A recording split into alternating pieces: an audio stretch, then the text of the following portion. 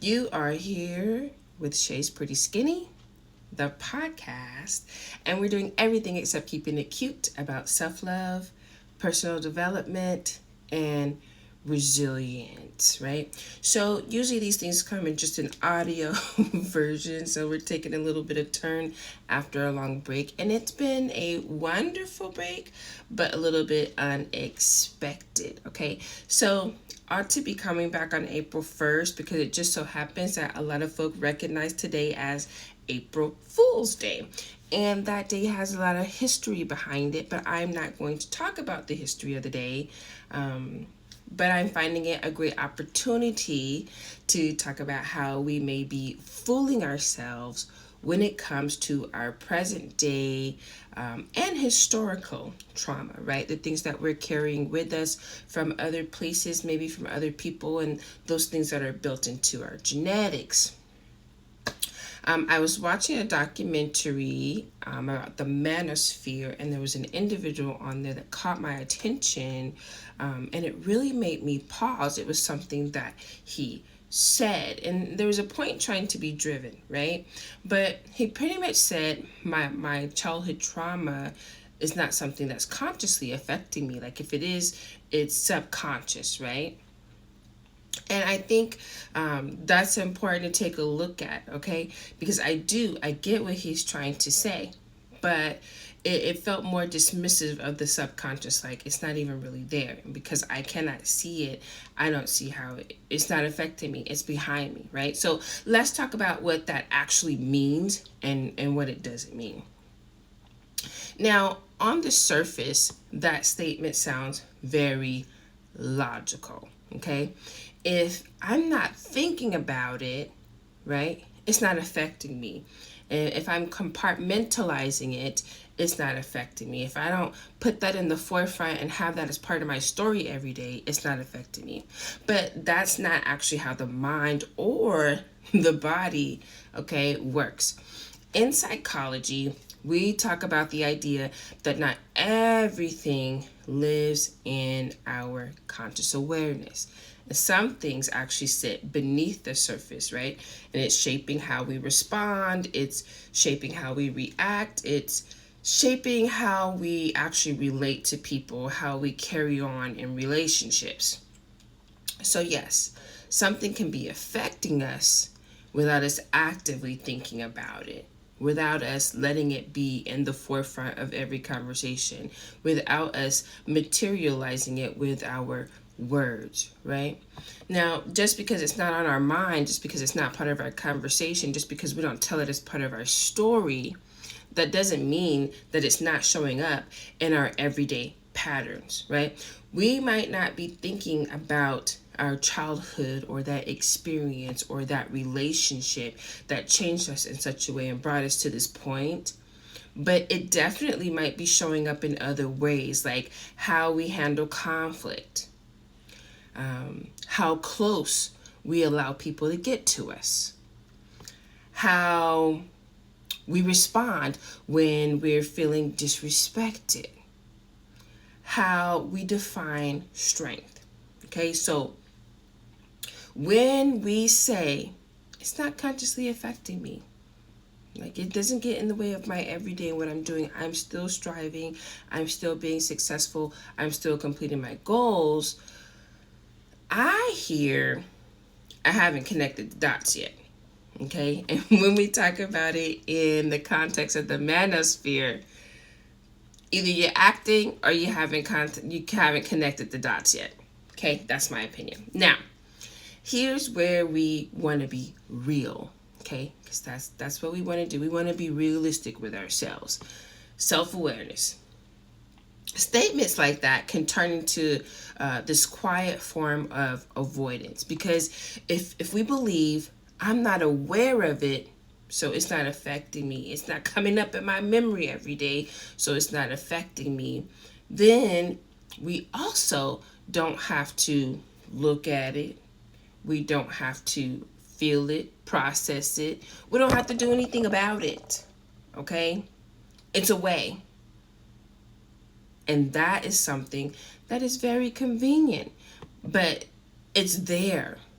It's like an iceberg, right? And it's at the bottom, the part that you can't see, but it's still damaging. Okay, so that thought process is not freeing.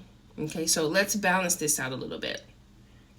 Because one, I'm not here to shame anybody today. A lot of things that I talk about have to do with my self-reflection and processes that I've been through. Maybe you can relate, maybe you can't relate. Okay? Now, a lot of people, especially some men out here, are not being given the space to process emotions safely, because emotions are seen as a weakness. We'll go into that later. But what did they do? Okay? Then they adapted. They learned how to shut down. They learned how to push through. We've learned how to keep it moving, move around, right? Anything that does not look like weakness, anything that does not look like breaking down. And that is not healing, that is survival. But survival and healing are not the same thing.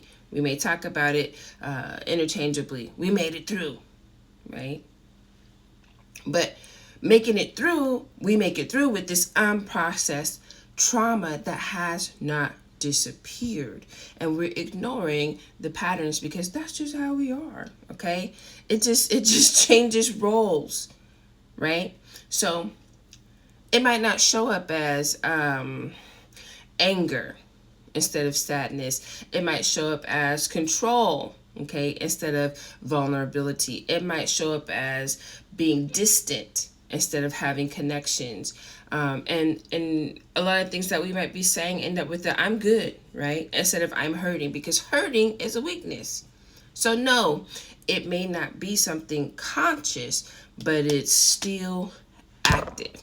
So instead of saying, okay, my trauma isn't affecting me because I'm not aware of it, we can try something different without being disillusioned, without having to ignore, without having to make it into something different, right?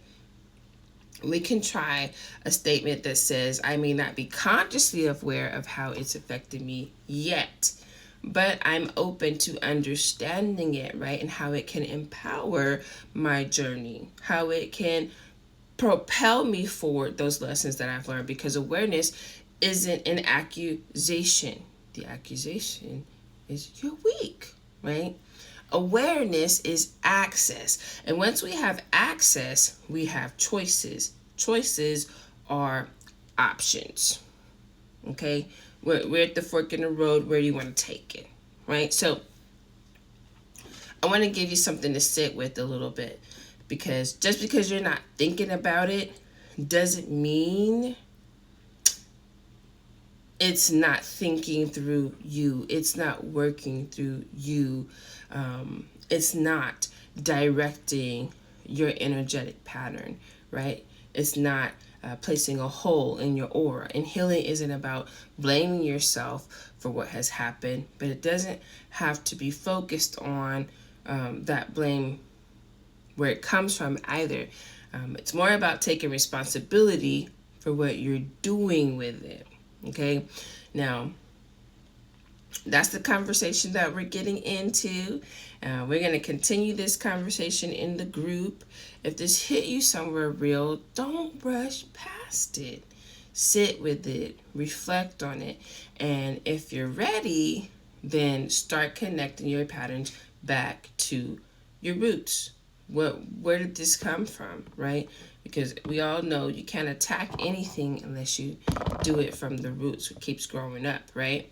Because awareness, it does not make you weak. Awareness is something that actually sets you free and allows you to grow exponentially.